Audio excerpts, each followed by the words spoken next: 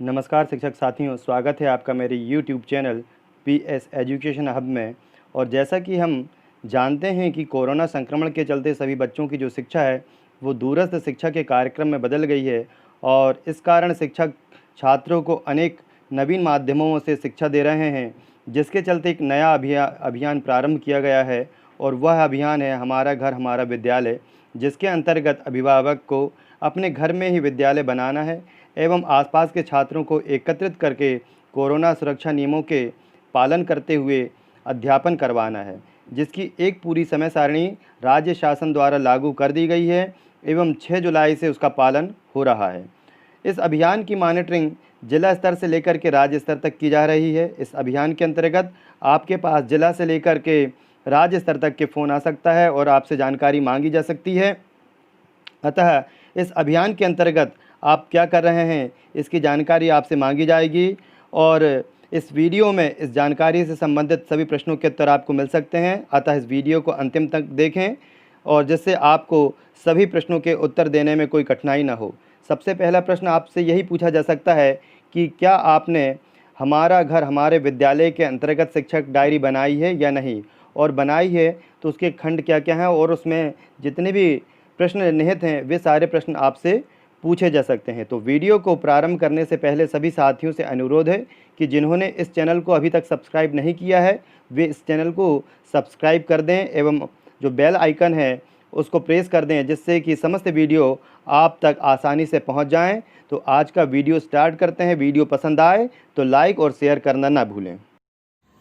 सबसे पहले आपको क्या करना है कि इस प्रकार एक रजिस्टर बना लें और उस रजिस्टर में हेडिंग डालें हमारा घर हमारा विद्यालय।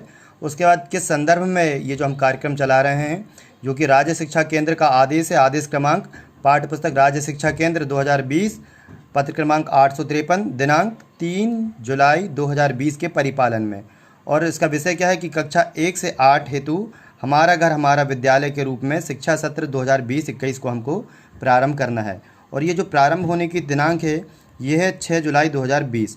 इसमें समय चक्र सबसे पहले मायने रखता है कि समय चक्र में जो उन्होंने निर्धारण किया है कि किस समय किस कार्यक्रम को करना है, तो सबसे पहले जो अकादमिक है उसको यथासंभव प्रातः 10 बजे से लेकर के 1 बजे तक के रखना है।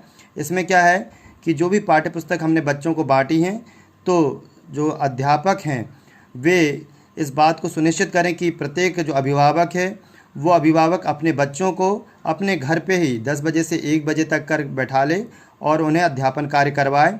इसमें विधिवत उसे क्या करना है कि 10 बजे जिस प्रकार या तो घंटी हो तो घंटी या थाली बजा करके बच्चों को पढ़ने के लिए बिठाना है और 1 बजे फिर घंटी या थाली बजा करके उनकी छुट्टी करना है, जिसमें बच्चों को ऐसा माहौल लगे जैसे कि वे विद्यालय में ही पढ़ रहे हैं।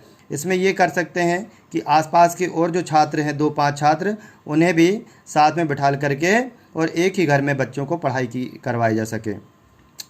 लेकिन इसमें इस बात का ध्यान रखना है कि कोरोना बचाव का जो नियम है उन नियमों के तहत इस पढ़ाई को करवाना है।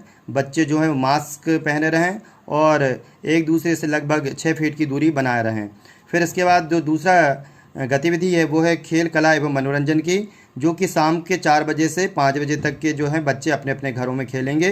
तीसरी ये जो गतिविधि होगी ये होगी कहानी सुनाना एवं कहानी रचना, जो कि जो घर में वृद्ध होते हैं या भाई बहन हैं माता पिता हैं ये बच्चों को रात्रि 7 बजे से 8 बजे तक के कहानियाँ वगैरह सुनाएंगे।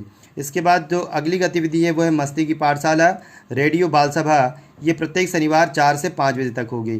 तो ये सारी जो जानकारियां हैं ये शिक्षकों को अभिभावकों को देनी है, जिससे अभिभावक इन गतिविधियों को नियत समय पे करवा सकें। और जहां यदि अभिभावक नहीं करवा पा रहे हैं तो उनको प्रोत्साहित करना है इन गतिविधियों के लिए।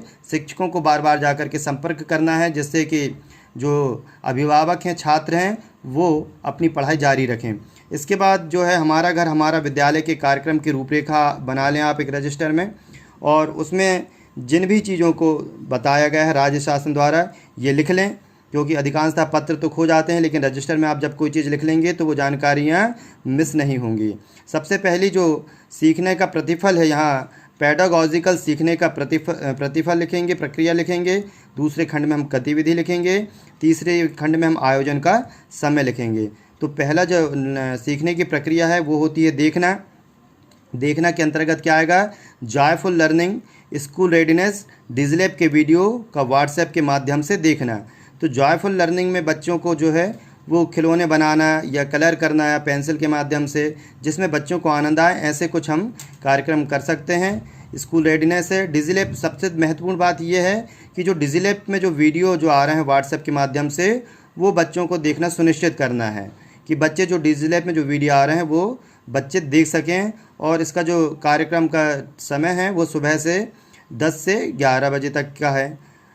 अब इसमें यदि बच्चे वीडियो नहीं देख पा रहे हैं तो वो घर में अभिभावकों को जब फुर्सत मिलती है तब वो 1 घंटे के लिए अपना जो मोबाइल है वो बच्चों को दे सकते हैं। बाकी सुबह से 10 से 11 बजे तक के बच्चे जो हैं जॉयफुल लर्निंग के अंतर्गत खेल खिलौने इत्यादि जो हैं वो काम यहाँ पर कर सकते हैं। उसके बाद जो दूसरा सीखने की प्रक्रिया है वो होती है सुनना एवं बोलना। तो इसके अंतर्गत जो शासन ने रेडियो कार्यक्रम चालू किए हैं उसमें सुनना है, परिवार के सदस्यों के साथ चर्चा करना है। तो रेडियो और टीवी कार्यक्रम जो चालू किए गए हैं तो उनका जो समय है सुबह 11 से 12 बजे तक के। इसमें रेडियो में जो कार्यक्रम आते हैं बच्चा उनको सुनेगा और अपने परिवार के सदस्यों के साथ उनके ऊपर चर्चा कर सकता है। तीसरी चीज़ है लिखना। तीसरी जो प्रक्रिया है सीखने की वो होती है लिखना। तो लिखने में क्या करना है कि दक्षता उन्नयन की वर्कबुक जो दी गई हैं उसके ऊपर लेखन कार्य करना है। और इसके साथ साथ क्या करना है कि 1 पेज रोज़ हिंदी का और 1 पेज अंग्रेजी का बच्चों को लिखना है। साथ में जो मौखिक गणित हैं जैसे गिनती है, पहाड़े आदि है, वो भी बच्चे कर सकते हैं। और इसका जो समय निर्धारण किया गया है वो दोपहर 12 बजे से 1 बजे। इसके बाद जो अगली सीखने की प्रक्रिया है उसमें है खेल, कला एवं मनोरंजन। तो इसमें क्या गतिविधि करवा सकते हैं? खेल शिक्षा, शारीरिक संतुलन एवं फिटनेस, गतिशील कौशल, लयबद्ध कौशल, मनोरंजक खेल। यानी बच्चों के अभिभावकों को हमें जानकारी देना है कि कुछ इस प्रकार जितने बच्चे इकट्ठे होते हैं दूरी बना करके कुछ उन्हें खेल खिलवाना है। और ये जो आयोजन है ये शाम 4 बजे से 5 बजे के बीच करना है। सोमवार से शुक्रवार तक के ये गतिविधियां करवाना है। साथ में कला शिक्षा है, दृश्य कला, हस्तकला, प्रदर्शन कला है।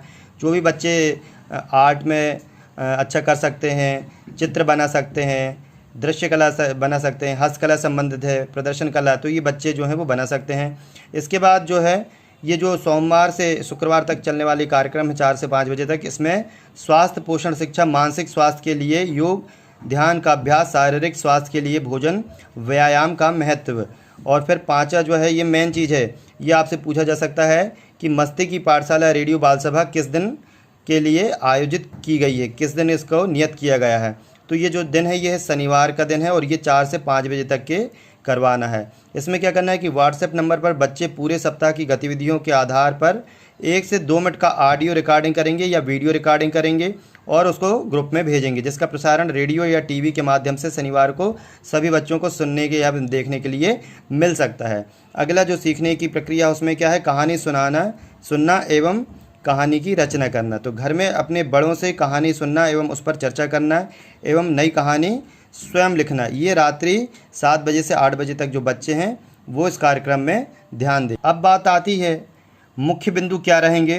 तो मुख्य बिंदु इसके ये है कि विद्यालय हमारा घर हमारा विद्यालय का जो शुभारंभ है प्रतिदिन घंटी या थाली बजा कर के प्रातः 10 से 1 बजे तक करना है। पालक करेंगे या अभिभावक के घर में ही किया जाएगा।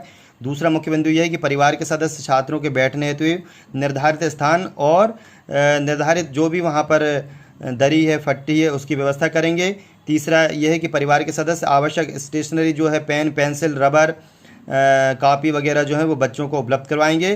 फिर इसमें देखना है कि शिक्षक के दायित्व क्या हैं। शिक्षक के जो दायित्व हैं उसमें यह है कि प्रतिदिन अपने विद्यालय के कम से कम 5 विद्यार्थियों से मोबाइल के माध्यम से चर्चा करना एवं रिकॉर्ड संधारित करना। फिर प्रतिदिन विद्यालय समय में गांव शहर के एक मोहल्ले में 5 बच्चों के घर जाकर संपर्क अभियान करना एवं अभियान का आकलन अवलोकन करके फीडबैक देना। तीसरा क्या है, बच्चों से उनकी समस्याएं पूछेंगे और उनका समाधान करना। चौथा क्या है, शिक्षक समयानुसार गतिविधियों को अवलोकन करेगा एवं आकलन करेंगे तथा अपना फीडबैक अपनी जो डायरी रहेगी उसमें लिखते जाएंगे। इसी के साथ गृह कार्य एवं दक्षता उन्नयन वर्कबुक अभ्यास भी बच्चों के साथ करवाना है, उसकी लेखन की जांच करना है और मौखिक गणित पर चर्चा करना है। अब ये देखना है कि इस सब कार्यक्रम में प्रधान अध्यापक की क्या भूमिका है, क्या दायित्व हैं।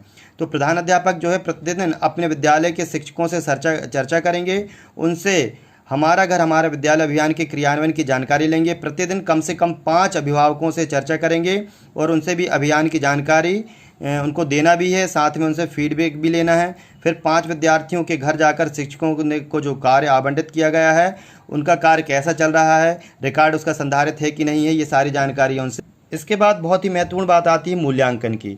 तो मूल्यांकन में क्या करना है कि जो हमने ग्रुप बनाए हुए थे, जो अंकुर तरुण एवं उमंग ग्रुप हमने बनाए थे, तो उन्हीं का जो है उसमें क्या करना है कि अंकुर तरुण एवं उमंग समूह का निर्धारण, साथ ही अंकुर अथवा तरुण समूह के बच्चों के गृह संपर्क को प्राथमिकता देना है। इसमें यह है महत्वपूर्ण बात कि एंडलाइन टेस्ट जो है 2019-20 को हमने जो बेसलाइन मानकर किया था, तो जो हमारा 19-20 का जो हमारा बेसलाइन टेस्ट था और उसके आधार पर जो बच्चों को हमने अंकुर तरुण एवं उमंग समूह में चिन्हित किया था, तो उसी हिसाब से हमें जो हमारा एंडलाइन टेस्ट था लास्ट वाला, उसको हमारा इस वर्ष का जो है वो बेसलाइन टेस्ट बन जाएगा। तो हमें बच्चों के ग्रुप निर्धारण करना है कि कौन सा बच्चा जो हमारा अंकुर का है, कौन सा तरुण का है और कौन सा उमंग का है। अब इसमें विशेष सावधानियां क्या रखना है कि छात्रों एवं अभिभावकों से जब भी संपर्क होगा तो संपर्क के पूर्व जो है कोरोना बचाव गाइडलाइन का पूर्णतः अपन को पालन करना है और शिक्षक एवं बच्चे मास्क अथवा रुमाल जरूर मुंह पर एवं अपने नाक पर ढके हुए हों एवं कम से कम 6 फीट की जो दूरी है उसको अनिवार्य रूप से बनाए रखना है। साथ ही सैनिटाइज़र अपने पास में रखना है, समय समय पर हाथ सैनिटाइज करना है, या सैनिटाइज़र नहीं है तो साबुन से अच्छी तरह हाथ को धोना है। इसके बाद हमें जो मेन चीज़ बनाना है, जो मेन चीज़ पर हमको ध्यान रखना है वो ये है कि हमें एक शिक्षक डायरी बनाना है। उसकी एक सुझात्मक डायरी मैंने यहाँ पर आपको जानकारी के लिए बनाया हूँ कि शिक्षक डायरी हमारा घर हमारा विद्यालय। सबसे पहले हम यहाँ शाला का नाम लिख लेंगे, विकास खंड लिख लेंगे, शाला का डाइस कोड लिख लेंगे, आपका जनशिक्षा केंद्र कौन सा है वो लिख लें, जिला लिख लें, माह लिख लें किस माह की है।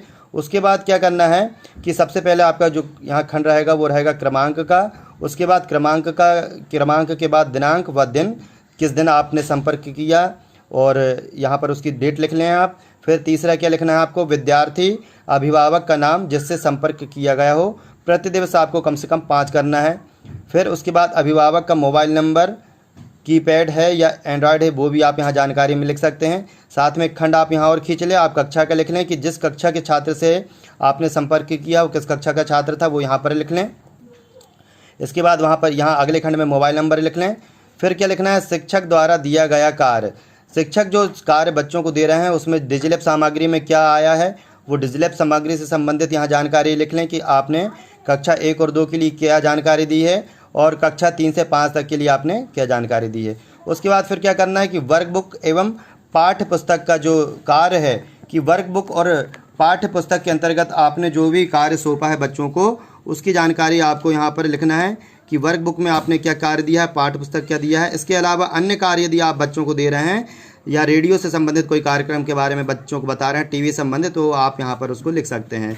फिर इसके बाद क्या है, शिक्षक द्वारा संपर्क के बिंदु, आपने जो भी संपर्क किया है बच्चों से या अभिभावकों से तो उसकी क्या जानकारी मिली है। जैसे छात्र अभिभावक से जो आपने चर्चा की है या उसमें कुछ सुझाव आए हैं तो वो आप यहाँ पर लिख सकते हैं। इसके बाद गृह कार्य जो आपने बच्चों को दिया है उस गृह कार्य की जांच, बच्चों ने गृह कार्य किया या नहीं किया और उसकी जांच आपने की या नहीं की, उसके बाद यहाँ पर आप हस्ताक्षर अपने कर सकते हैं। इस प्रकार आपको क्या करना है कि आपको प्रत्येक दिन, हर दिन जब आप बच्चों से संपर्क करते हैं या फिर आप उनसे मोबाइल के द्वारा बात करते हैं तो उसकी जानकारी आपको यहाँ अंकित करना है कि आपने किस दिन और किस दिनांक को बच्चे से जानकारी ली, यहाँ पर आप डेट डालिए। फिर उसके बाद आपने यहाँ 5 बच्चों के नाम लिख सकते हैं। आपने अभिभावक से यदि मुलाकात की है तो आप कोष्ठक में अभिभावक लिख सकते हैं। यदि आपने छात्र से मुलाकात की है तो आप छात्र लिख दें, सामने कक्षा लिख दें कि किस कक्षा का छात्र था। यदि उनके पास मोबाइल नंबर है तो मोबाइल नंबर लिख दें कि एंड्रॉयड मोबाइल है या कीपैड मोबाइल है, जिससे यदि एंड्रॉयड होगा तो आप व्हाट्सएप के द्वारा जो भेजी गई सूचनाएं वो बच्चों तक के पहुंच जाएंगी। इसके बाद डिजिलैब सामग्री में इस दिन इस तारीख में कौन सी सामग्री भेजी गई है उसकी जानकारी आप यहाँ लिखें। उसके बाद आपने पाठ्य पुस्तक का कौन सा लेसन जो है बच्चों को लिखने या पढ़ने के लिए दिया उसकी जानकारी यहाँ लिखें। इसके बाद रेडियो कार्यक्रम संबंधी यदि कोई जानकारी उसको यहाँ आप लिख सकते हैं। और छात्र या अभिभावक से जो चर्चा हुई है उसमें कुछ मुख्य बिंदु निकल के आते तो आप यहाँ लिख सकते हैं। गृह कार्य बच्चों को दिया है तो उसकी जानकारी करें और यहाँ पर आप अपने हस्ताक्षर कर सकते हैं। तो ऐसी जो डायरी है ये प्रत्येक शिक्षक को बनानी है और इस प्रकार आप अपना जो कार्य है उसको सही तरीके से निष्पादित कर सकते हैं। और किसी भी जिला से लेकर के राज्य शिक्षा केंद्र से भी यदि आपसे कोई जानकारी पूछी जाती है तो उसके आप सही सही उत्तर इस वीडियो को देखने के बाद दे सकते हैं। यदि यह वीडियो आपको अच्छा लगा है तो इसे लाइक करें, शेयर करें और इस चैनल को सब्सक्राइब करना ज़रूर कर दें, जिससे कि आपको समय पर सारे वीडियो उपलब्ध हो जाएं। धन्यवाद।